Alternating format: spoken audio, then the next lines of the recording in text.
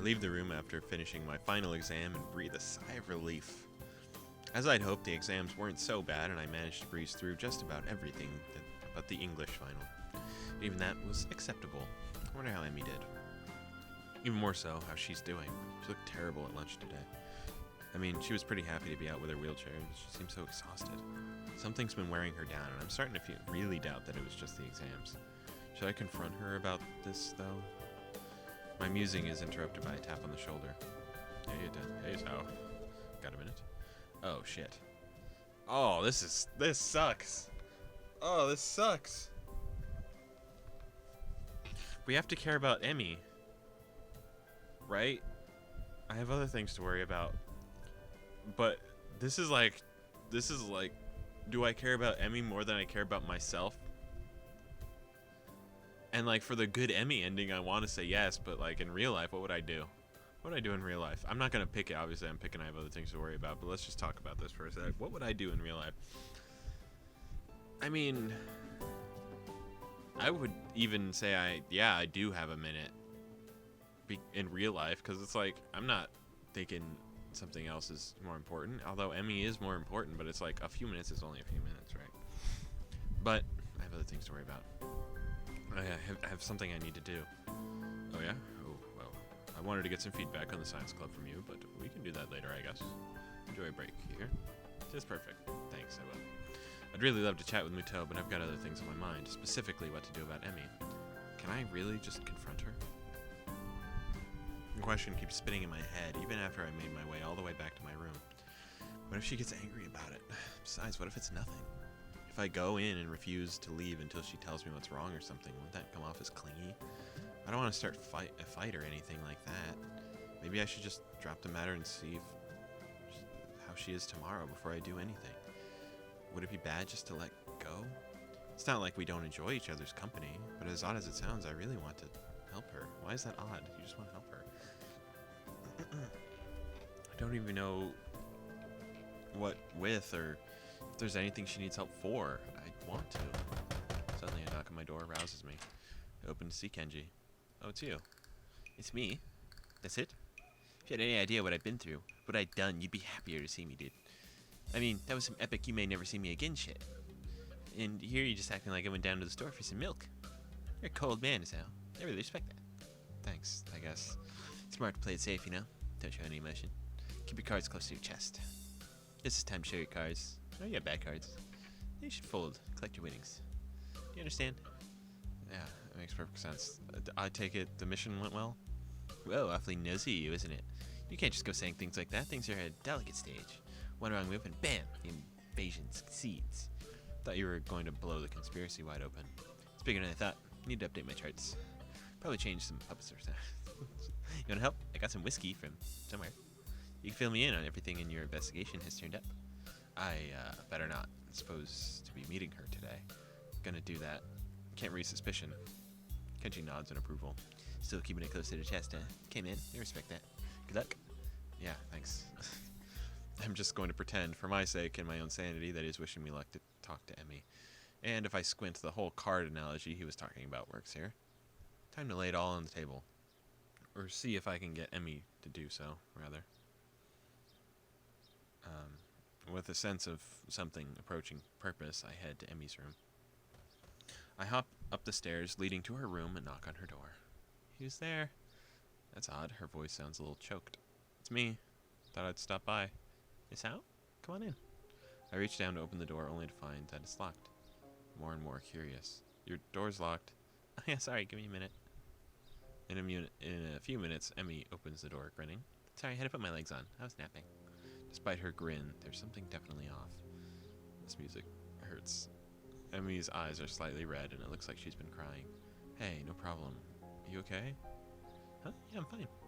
Just that you look like you've been crying.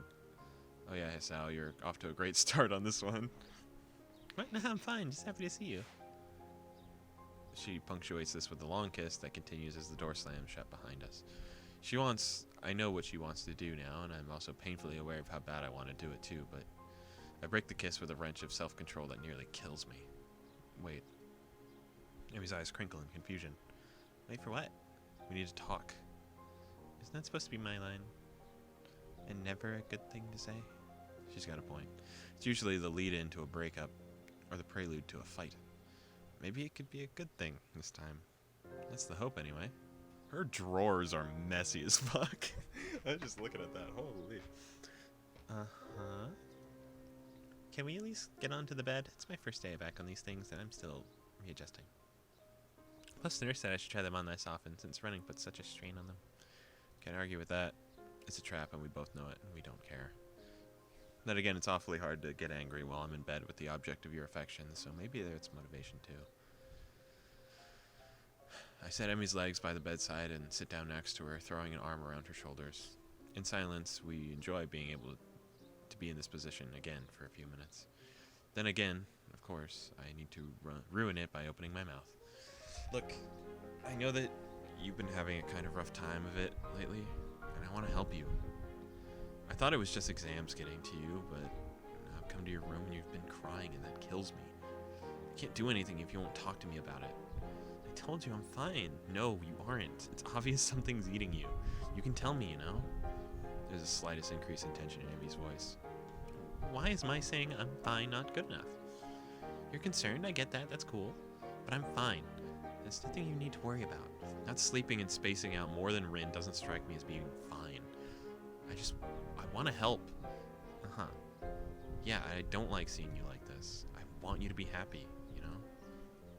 I get the feeling that came out wrong because Emmy fixes me with an icy stare. So you want to fix me, Hisao? She's definitely getting angry now. Want to swoop in on your white charger and save the day? Stop the nightmares, the phantom limb pains. Restore what's lost. Her voice catches in her throat. Tears start to flow. But you can't. Nobody can. Nobody will. I'm so stunned by her sudden verbal assault that I remain quiet. Neither of us says anything for a while. I'm surprised that Emmy tightens her grip on me rather than pushing me away. Well, yeah, it's not your fault, this sounds. Nobody can do anything, and it still hurts. After a deep breath, she starts talking again. Look, I'm sorry. There's these nightmares and about the accident. The accident. I should have known. Ah, yes, the one traumatic experience you had. I should have thought that that's what was going on. It took her legs, after all, but it never comes up. And her dad? Hello? Fuck her legs. She's running past that. And I usually deal with them fine because I can run. Running clears my head like nothing else. I don't have to worry about anything while I'm running. I just concentrate on breathing, the rhythm of things. It's easier that way. Life's easier that way. Just keep moving forwards, you know? Nothing else matters. Just getting around the next curve.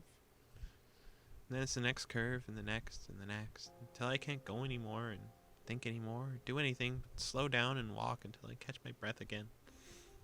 After something like that, nothing else matters. But I've been struck with the goddamned wheelchair for too long, so no outlet. Today just kind of boiled over a little. You could have talked to me about it, you know? You didn't have to go it alone. Emmy smiles sadly, like she's trying to explain to a child that all fire burns. Yeah, I did. And I do.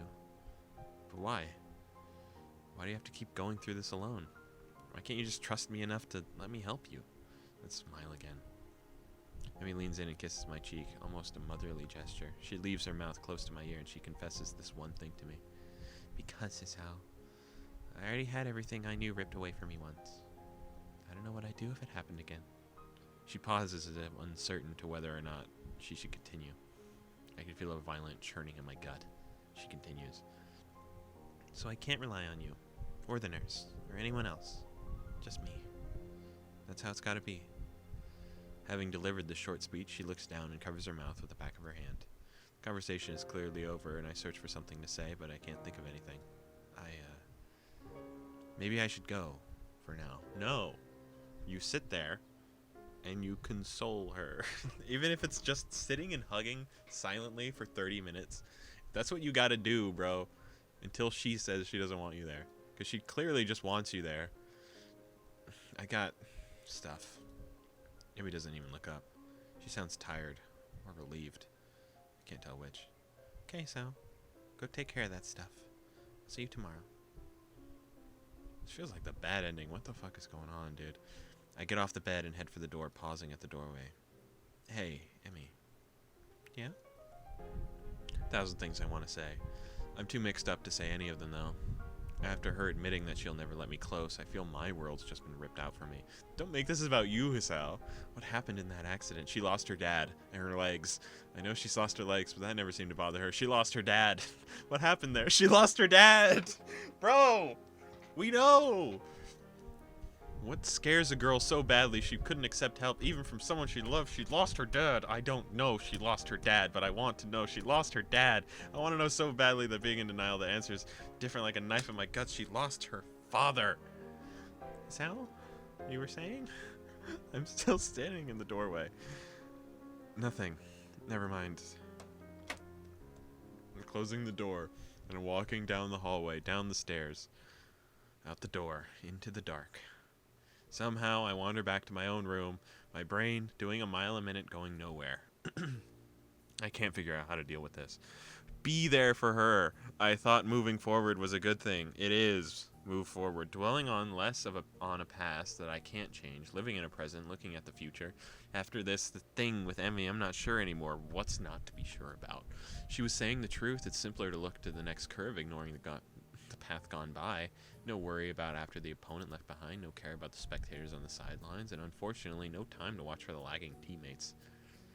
I throw myself down on the bed looking at one corner of my ceiling as if the answers I want were written there. No such luck, of course. She's literally running away from something, her dad being dead, but have I not been doing the same thing?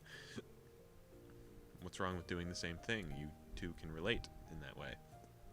Trying my best to forget about my hospitalization. I am getting better, but my health isn't going to magically fix itself.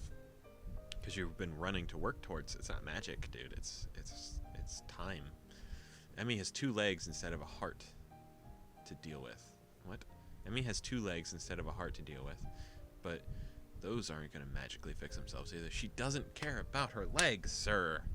Her legs were only a catalyst to help her get away from her actual problem. Maybe this is just as fixed as both of us can get. The room becomes darker and darker until I really can't tell I'm looking at the corner anymore.